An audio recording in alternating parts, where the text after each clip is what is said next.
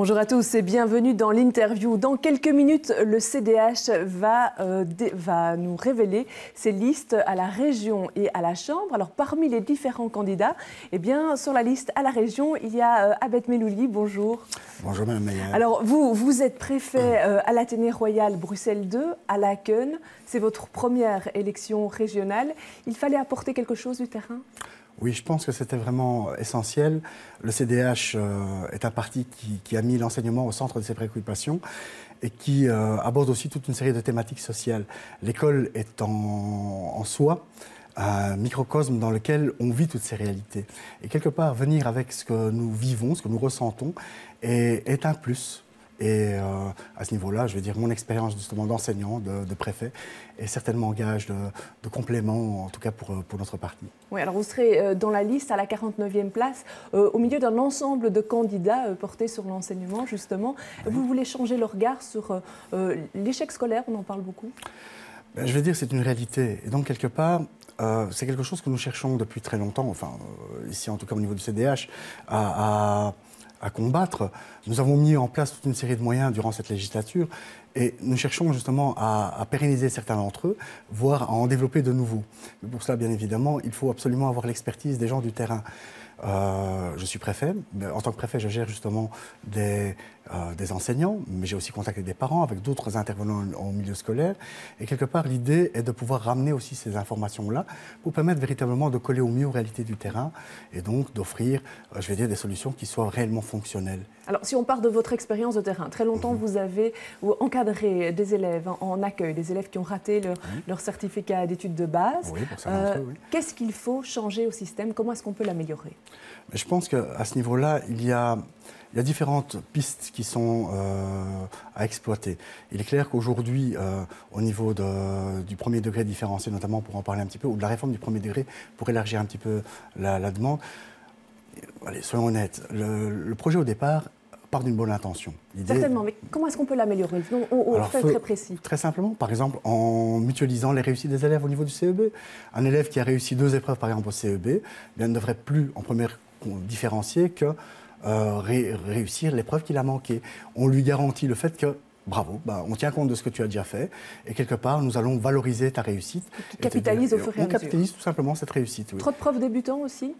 Alors, dans l'enseignement actuellement, beaucoup de profs débutants, oui et non. On a des profs débutants, on a peut-être beaucoup de profs qui ne sont pas suffisamment formés à l'enseignement. Des gens venant un petit peu d'horizon qui découvrent l'enseignement le 1er septembre en pensant que c'est quelque chose de facile à vivre, alors que quelque part, ça demande déjà une préparation, ça demande aussi un encadrement. Et donc, quelque part, il n'est pas évident d'accéder à ce moment-là à l'encadrement de ces élèves-là, puisque c'est souvent ces professeurs-là qu'on confie en plus ces élèves de difficultés, alors qu'on devrait les confier surtout à des professeurs d'expérience qui pourront justement s'adapter aux difficultés rencontrées au quotidien. L'enseignement professionnel et technique est souvent décrié, critiqué. Vous trouvez qu'on devrait pouvoir s'y lancer même plus tôt? Oui, moi je pense qu'encore une fois, aujourd'hui, dans l'enseignement technique professionnel, c'est quelque chose d'extraordinaire. Il y a énormément de potentialités. Les écoles fournissent, fourmillent de potentialités, d'offres de formation. Ce qui se pose comme problème, c'est que parfois on a des élèves qui sont fort jeunes, mais qui savent déjà ce qu'ils veulent faire. Parfois, certains disent « moi j'ai toujours rêvé d'être pâtissier, c'est ce que j'ai envie de faire, etc. » Alors il est clair, savoir lire, écrire, compter, ce sont des choses qui sont essentielles. Mais je crois qu'on peut, à côté de ça, plutôt que de garder un premier degré tel qu'il est construit actuellement, certainement en tout cas tenter de permettre à ces élèves d'accéder plus rapidement à un choix professionnel, quitte à garder toujours en parallèle un tronc commun qui, lui, serait axé vraiment sur le français, les mathématiques et la langue, éventuellement. À 12-13 ans, on a déjà la maturité de faire un choix qui va vraiment orienter toute sa vie professionnelle? Eh bien, je peux vous dire que pour certains jeunes, oui. Il y a certains d'entre eux qui sont... Moi, je crois dans la jeunesse et je crois dans leur capacité à pouvoir décider. Et certains jeunes sont déjà très clairement décidés de ce qu'ils veulent faire, ont déjà décidé ce qu'ils veulent faire. Enseignement et monde de l'entreprise doivent travailler plus ensemble? Alors, il y a certainement des ponts à créer et à maintenir. D'ailleurs, en région bruxelloise, on a toute une série de choses qui se font à ce niveau-là. Le partenariat école-entreprise est une réalité, par exemple, à ce niveau-là.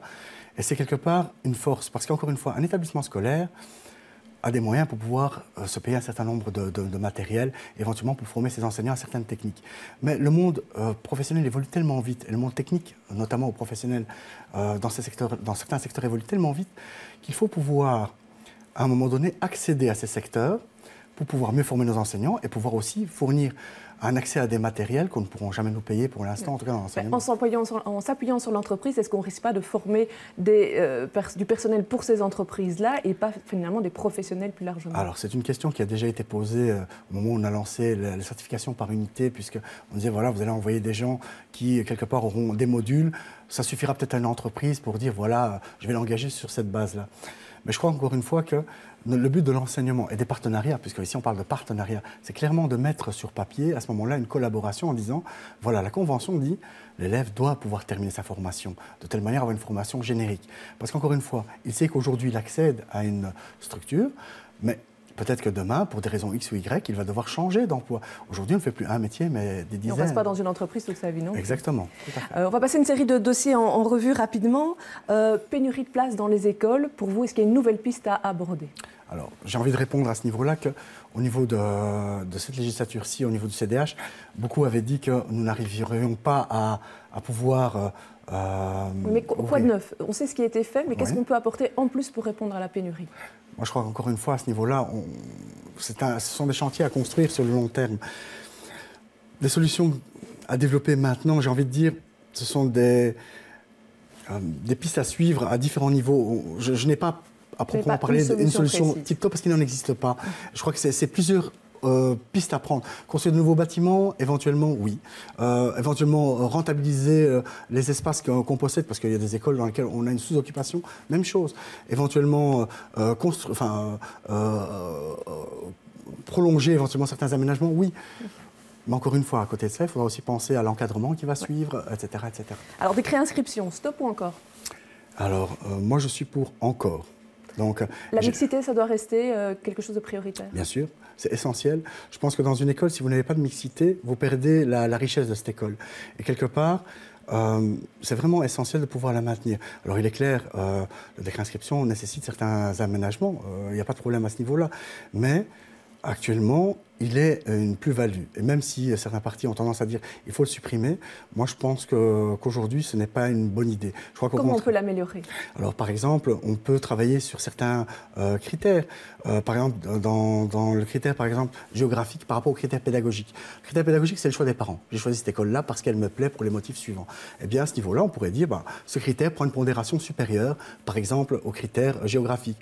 On peut travailler également sur une redéfinition de ce qu'on appelle donc les élèves donc provenant de quartiers ou d'espaces socio-économiquement faibles, de telle manière à permettre, ou indice socio-économiquement faible, voilà, je reprenais l'expression, on pourrait à ce moment-là, par exemple, simplement travailler un peu comme en région flamande, où là, par exemple, à ce niveau-là, on travaille sur le fait qu'on prend l'élève en tant que tel. Et c'est l'élève, sur base d'une analyse sur 4 points, par exemple, la situation scolaire de la maman, quel type de diplôme a-t-elle, par exemple. On travaille également, par exemple, sur les moyens financiers de la famille, sur éventuellement les parents...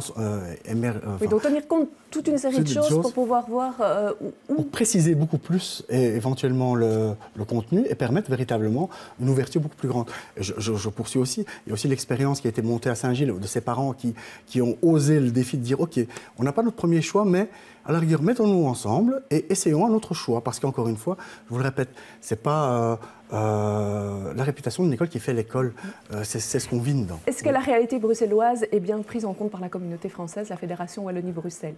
Alors, il est clair qu'aujourd'hui, Bruxelles est un cas particulier.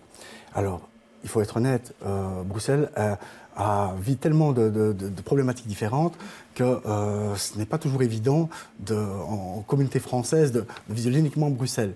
Mais maintenant, ce qui est clair, c'est que sans la Wallonie, aujourd'hui, Bruxelles n'aurait pas pu aussi mener à bien un certain nombre de projets. Je pense simplement au nombre d'ouvertures de places qui ont été faites au niveau de l'enseignement. On avait prévu 13 750 places, on est à 14 250. Ces ouvertures se sont faites grâce à quoi? Grâce tout simplement au fait que nous avons pu bénéficier de la solidarité wallonne. Et donc, quelque part, il est nécessaire de garder cette collaboration, mais en partant aussi du principe qu'il convient aussi de défendre au sein de la communauté les spécificités bruxelloises. Très bien, je vous remercie d'être venu sur ce plateau. Je vous remercie de nous avoir suivis. Prochain rendez-vous de l'information, c'est à 18h. Et puis demain, les experts recevront Joël Milquet et Frédéric Ries. Bel après-midi.